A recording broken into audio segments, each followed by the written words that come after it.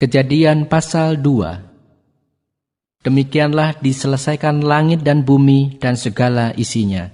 Ketika Allah pada hari ketujuh telah menyelesaikan pekerjaan yang dibuatnya itu, berhentilah ia pada hari ketujuh dari segala pekerjaan yang telah dibuatnya itu.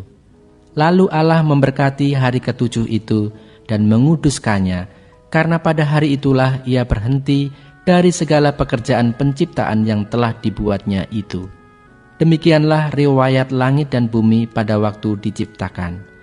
Ketika Tuhan Allah menjadikan bumi dan langit, belum ada semak apapun di bumi, belum timbul tumbuh-tumbuhan apapun di padang, sebab Tuhan Allah belum menurunkan hujan ke bumi, dan belum ada orang untuk mengusahakan tanah itu.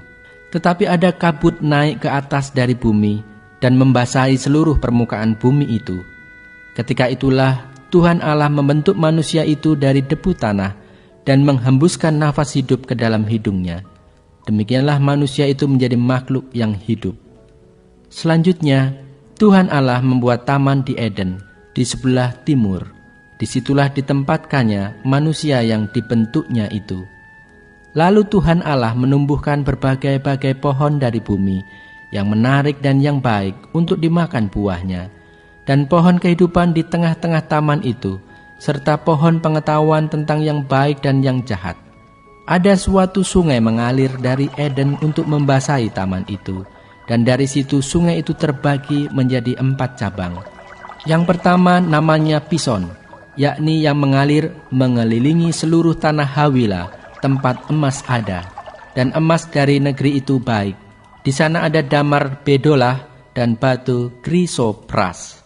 Nama sungai yang kedua ialah Gihon, yakni yang mengalir mengelilingi seluruh tanah Kus. Nama sungai yang ketiga ialah Tigris, yakni yang mengalir di sebelah timur Asyur. Dan sungai yang keempat ialah Efrat. Tuhan Allah mengambil manusia itu dan menempatkannya dalam Taman Eden untuk mengusahakan dan memelihara taman itu. Lalu Tuhan Allah memberi perintah ini kepada manusia. Semua pohon dalam taman ini boleh kau makan buahnya dengan bebas. Tetapi pohon pengetahuan tentang yang baik dan yang jahat itu, janganlah kau makan buahnya. Sebab pada hari engkau memakannya, pastilah engkau mati.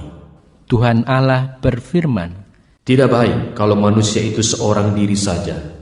Aku akan menjadikan penolong baginya yang sepadan dengan dia. Lalu Tuhan Allah membentuk dari tanah segala binatang hutan dan segala burung di udara.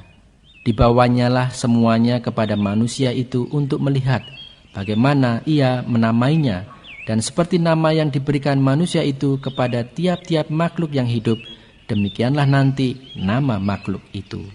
Manusia itu memberi nama kepada segala ternak, kepada burung-burung di udara, dan kepada segala binatang hutan. Tetapi baginya sendiri, ia tidak menjumpai penolong yang sepadan dengan dia.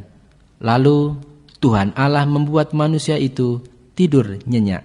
Ketika ia tidur, Tuhan Allah mengambil salah satu rusuk daripadanya, lalu menutup tempat itu dengan daging.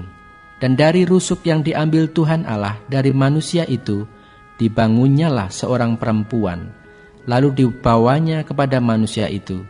Lalu berkatalah manusia itu, Inilah dia tulang dari tulangku dan daging dari dagingku. Ia akan dinamai perempuan sebab ia diambil dari laki-laki. Sebab itu seorang laki-laki akan meninggalkan ayahnya dan ibunya dan bersatu dengan istrinya, sehingga keduanya menjadi satu daging. Mereka keduanya telanjang, manusia dan istrinya itu, tetapi mereka tidak merasa malu.